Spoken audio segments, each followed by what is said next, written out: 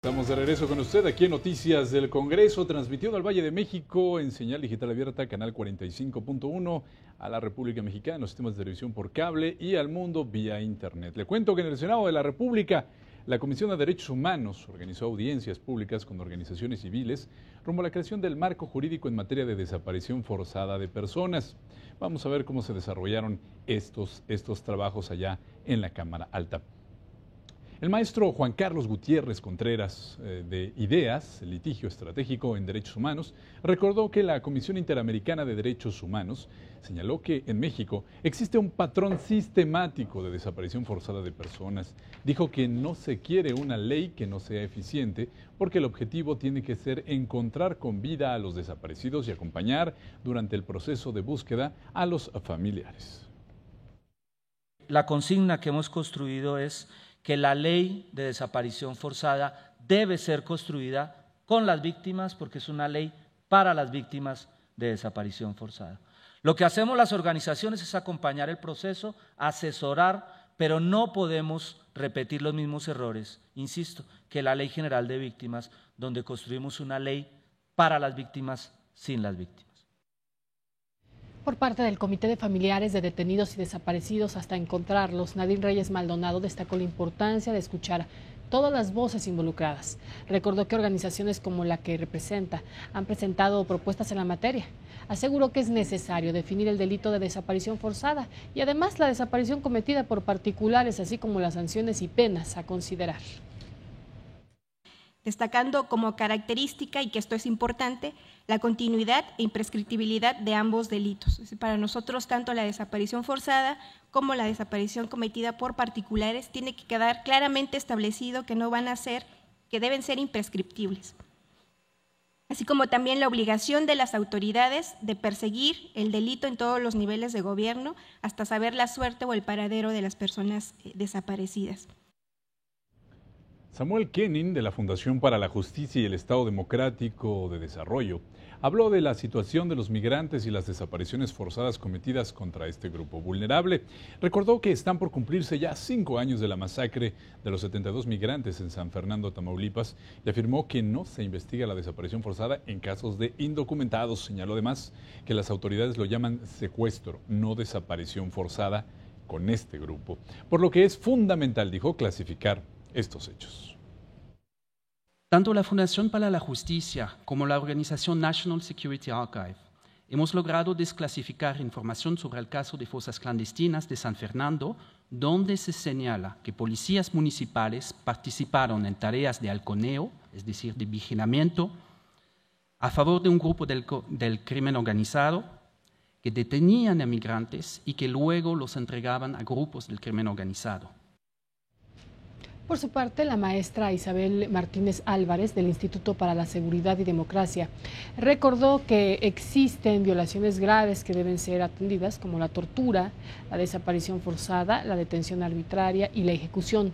Pidió que en la construcción de esta ley se ocupen de las violaciones graves a los derechos humanos.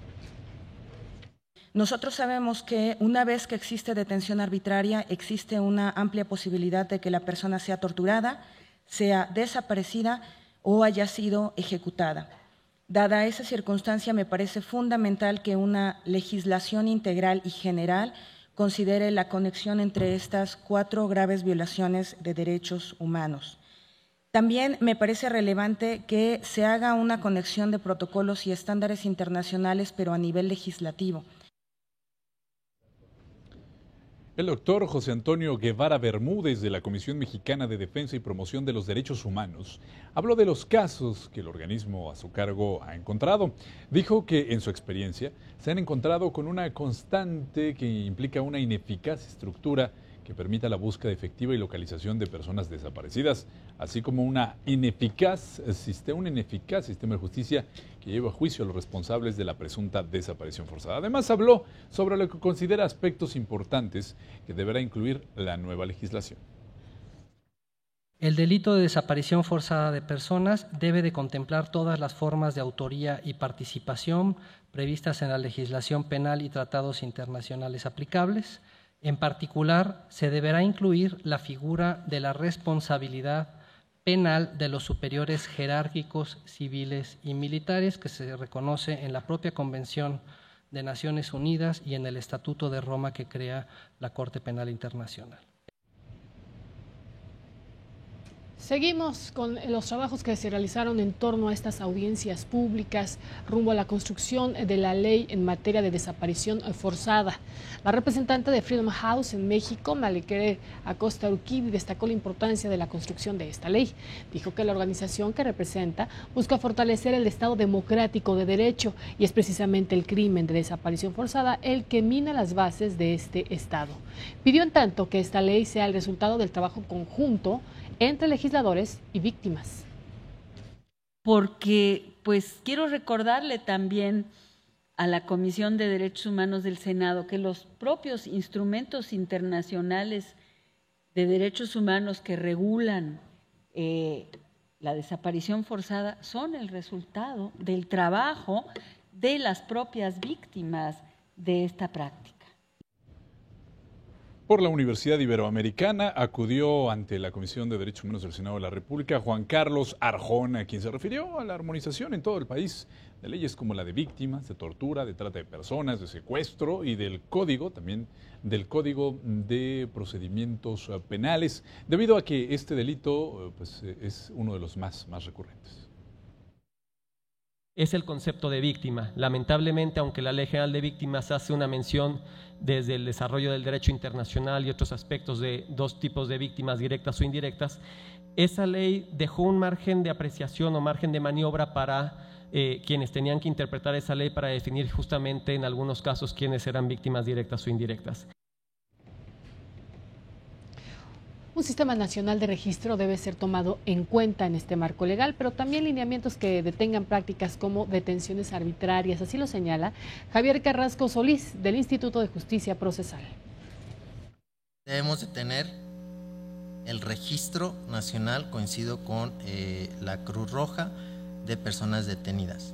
Pero primero, en esta ley debemos de prohibir, o se debe de prohibir que personas detenidas estén en instalaciones militares. Tanto adolescentes como adultos, es bien sabido que los detienen por delincuencia organizada y están en instalaciones militares.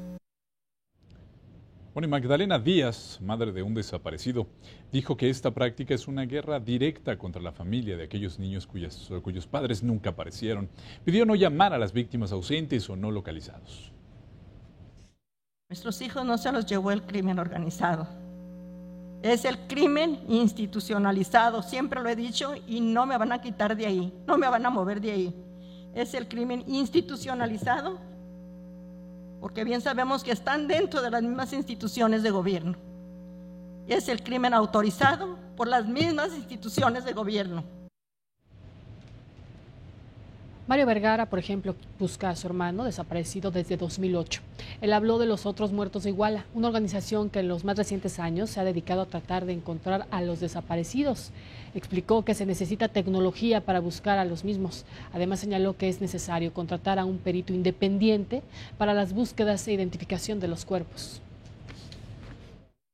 En Iguala, nosotros hemos recuperado 104 cuerpos en fosas clandestinas. Nosotros ya encontramos a nuestros familiares, pero ¿quién va a encontrar a los culpables? ¿Quién nos va a restaurar ese daño que nos hicieron si ahí hay unas cláusulas que dicen que hasta que no tengamos a los culpables te podemos ayudar?